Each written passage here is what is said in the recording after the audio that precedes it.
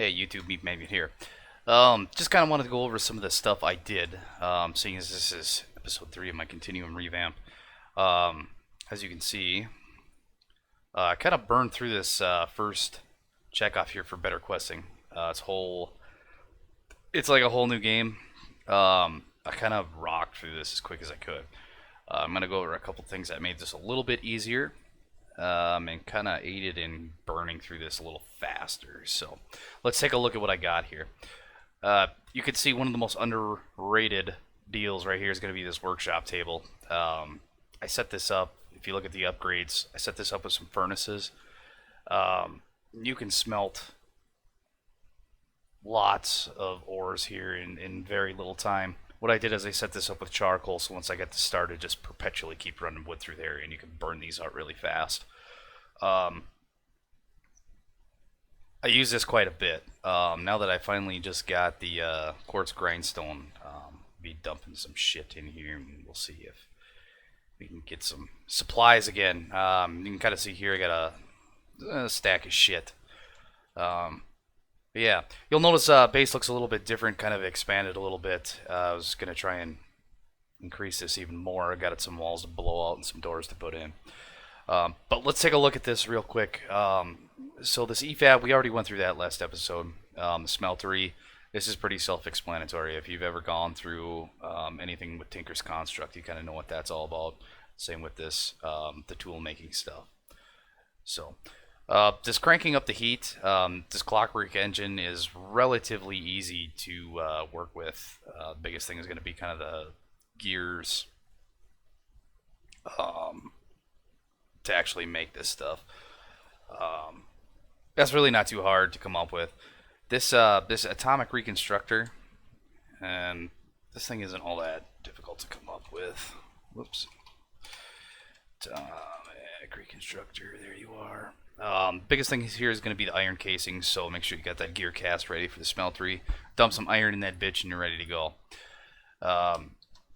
I kind of went over this last set of episodes, but you can do singles in here if you chuck stuff right in the block in front of this, and then shoot it with that. It'll be fine. I did 3 diamonds in there, no problem. That way you don't have to do a whole block in one shot. Just a little bit easier to work with. What else we got here? So we've got the coke furnace. If you've ever done anything with that, you're dumping coal in there and then packing up creosote. It's used later on. The thing that kind of becomes a pain in the ass here is going to be this carpenter and then the thermionic fabricators. Let's take a look at those real quick. Carpenter. Biggest thing here is going to be this sturdy casing. Some of this basic coil is really easy to make. We're looking at nether quartz just cooked out with lava in the EFAB, and then this Rustonia crystal is just going to be blocks of redstone put in front of that atomic reconstructor. So those really aren't that hard to come up with. This is kind of a pain in the ass, this sturdy casing, to come up with the bronze. It's really not that difficult to make this stuff. It's just kind of a pain in the ass because you're stuck alloying. Now, I use Tinker's Construct to do my alloying. There is actually another way to do that with solid fuel, and that's if you set up this kiln shit. I'm not going to go do that this time through. It's just going to be more efficient doing the stuff in the smeltery, especially as time goes on. Unless there's something endgame here that I'm missing, that it could very well be the case. Let's take a look at that thermionic fabricator real quick. And this bad boy's a little bit expensive, so it's going to cost you some gold gears and then some diamonds here for the hardened casing, but that's going to be done in the carpenter. So not too much of a big deal there. Let's take a look at what was next. These generators were kind of a pain in the ass, so the coal generator, and then the other part of this was the survival generator. Not too difficult to actually come up with those, but let's take a look at what they cost. I think there was some aluminum there that was a little bit expensive. Aluminum gear, refined circuit boards, these aren't hard to come up with. And a little bit of iron casing there. Coal generator. These aren't really that expensive once you've actually found some gold deposits, but again, this is more iron gears and then some gold gears and stuff like that. What else we got here? Now, these 3 were, these probably took a session. This is probably 3 or 4 hours to get this stuff put together. The sawmill was relatively easy. It's useful. I've got this set up here, so every time this thing runs, it takes a single log and turns it into 4. I didn't utilize this much last time I played. This time through, that's going to be a little bit different story. Probably be using this quite a bit. So, sawmill stuff, just as a quick reminder here. This is going to be the thermal expansion one. Looking at basic circuit boards, so really that's just tin, redstone, and some water, and then some golden axes. That's 5 minutes a piece in the EFAB, assuming you have one gearbox. So I didn't really increase anything on that EFAB just yet. It's going to happen. I just didn't set it up yet. So let's take a look at this quartz grindstone. This isn't too bad to make. The only thing that is a pain in the ass is going to be setting up these empowered diamantine crystals. Really, they're not hard to do. So you can take 3 diamonds, toss in front of this atomic reconstructor, and blast them. They'll turn into these guys. And that's not really a big deal, but these are kind of a pain in the ass. So you have to have this empowerer set up. Biggest thing here is going to be clay and then this light blue dye. So some lapis and some bone meal will get you there. But again, you're going to have this empowerer set up. Now this thing is a little bit expensive, and you can kind of see it's the empowerer, some display stands. The biggest pain in the ass here is going to be setting this shit up. So the copper electron tubes aren't really all that difficult to make, but then you're looking at all this quartz. So I did set up a bunch of stuff in the nether to actually go get this. If you look around, you can find beehives with full block quartz. They're not that difficult to find. Usually if you're digging around for quartz anyway, you're going to see some of this. Now, this green stuff, you're actually going to chisel out, and you can kind of see it here. It's just going to be chiseled quartz blocks, so it's done in chisel, and then it's the second option here. Those will get you the green ones. I don't know if I went over this last time or not, but that's kind of the materials that it's going to take to get that. So let's get some daylight going here, and I'll kind of show you what the setup looks like. So this time through, I did not do a whole shitload of basic drawers. I found them to kind of be a burden for anything that's, you know, this is really all I've been keeping for most of what I've played so far. This will probably increase later on. Hopefully I can get to some different storage here. Still haven't touched the barrels. I haven't really found the need. I'm just not going to do it if I don't have to. So you can kind of see my setup here. Got some crafting stations, some tinker's shit, pattern chest, and that's really it. You can see the smeltery here. This seared gauge doesn't need to be on there, but you can see I've kind of been a little bit busy here with this shit. So I went through and did some tools right away. Straight iron, ended up with a diamond pickaxe, moved to obsidian through the smeltery, and then went and hit the nether for this shit. It's worth it for now until we actually get the drill. And I think we'll move on to the little bit of electrical stuff I've got here. So we talked about the Stirling engine, or the clockwork engine, sorry. This is going to be your very, very beginning power source in order to get the carpenter to run. Once you got all this stuff set up, it's easy to move into the leadstone flux duct. So I did build both generators, the coal generator and then the survival generator. You can do some other stuff with this.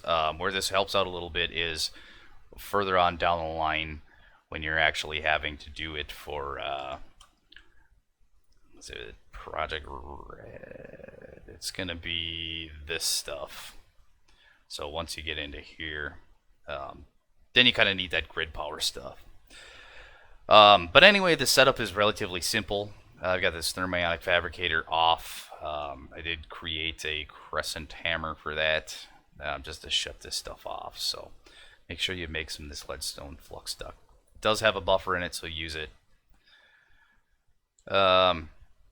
Nothing really in here to show. It's kind of just the shit chest. But this is the setup for the Empowerer. So this can be compacted a little bit and done a little different.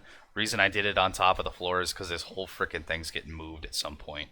Once I blow this base out a little bit, this stuff's all going to get moved. But yeah. So if you don't know how this works, it's simple as just a right click.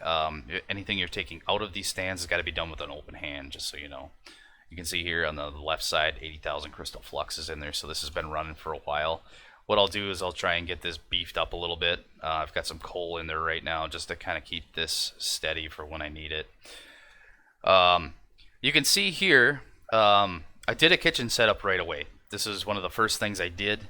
You can see this set up in Better Questing here. Let's take a look.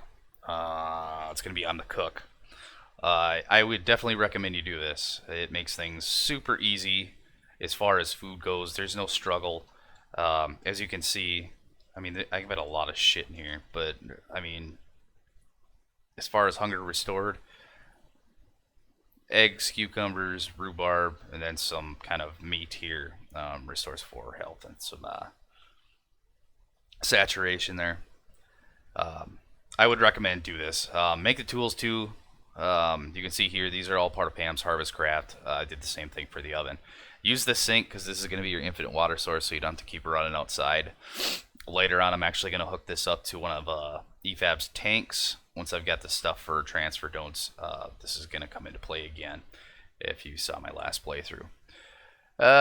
Let's take a look outside here. You can see this is kind of a clusterfuck because I've got some stuff going and some stuff not. Did a little bit with bees here.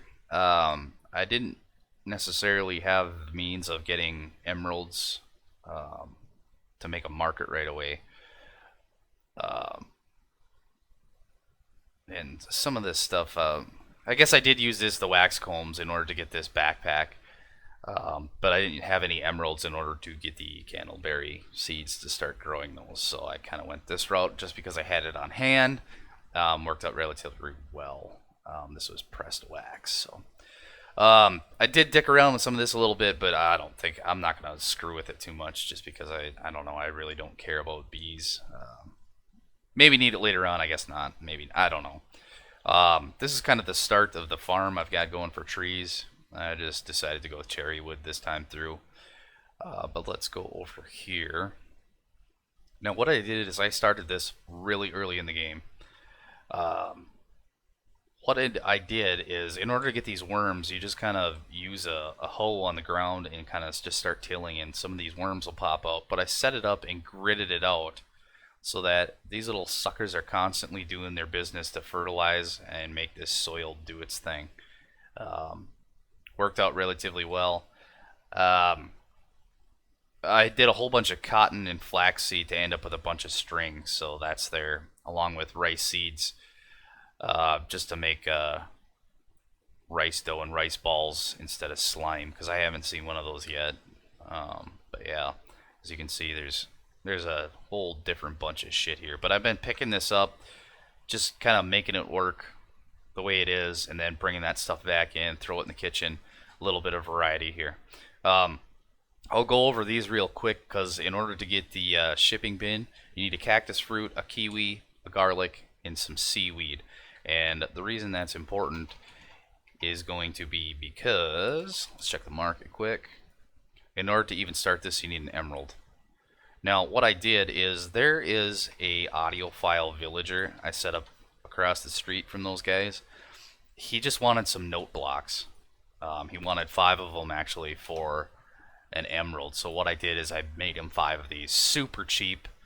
Just some wood and some redstone to start pulling a few emeralds in. I think I did 4 of them because I had seaweed, so 5 would be the trick. You could kind of skip it a little bit further if you really had to, in order to get a little bit further in this better questing stuff. Let's take a look here. Let's take a look at this guy. This is kind of the next thing. In order to get the insulation stuff for latex, you got to have these 2 empowered emratic crystals. Not too difficult to make. It just requires the crystals in the first place and then some slime. So this is where that rice and stuff is going to come in. So there's the rice slime ball, grass, and dye.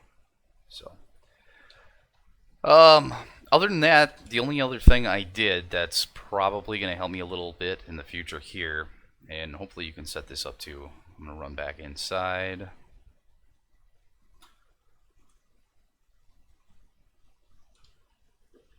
I set myself up with a little bit of a basement this time through right away, rather than build on top of a giant ravine.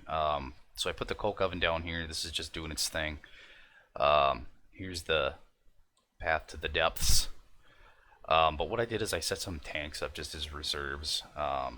These are open blocks tanks. Now these are a little bit expensive to build, but once you've got a diamond pickaxe, it isn't really a big deal, because it's going to be 4 obsidian, then some glass for 2 tanks. I think I'm going to set this up, some reserves just in this room just in case, until I've got AE2 set up. I did find a bunch of oil down there, so I may set up some of those combustion engines. This is supplement that giant diesel generator I'm going to have to make.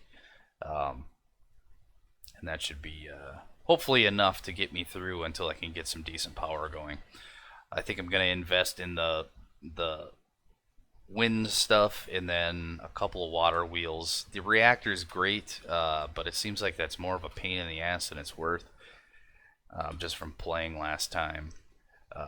Increasing the size of that's probably going to have to happen, and we'll see. We'll see. I know this time through I'm going to do some serious power generation stuff, so in the downtime that stuff will just be storing as I chunk load the server. So this is kind of it for now. We'll do another update once I kind of catch up to, I think the last episode was the fluid replicator and then some EFAB stuff, but once I kind of get to that point, I'll kind of continue on with episode 39 and then go from there. But I just kind of wanted to show everybody that I'm kind of doing this again, doing it a little quicker this time. The setup's a little bit more simple, but this time through I'm going to see if I can do a little bit more automation so I don't have to do so much screwing around, and kind of make things go a little bit smoother. So I think that's it for this episode. We'll talk to you later.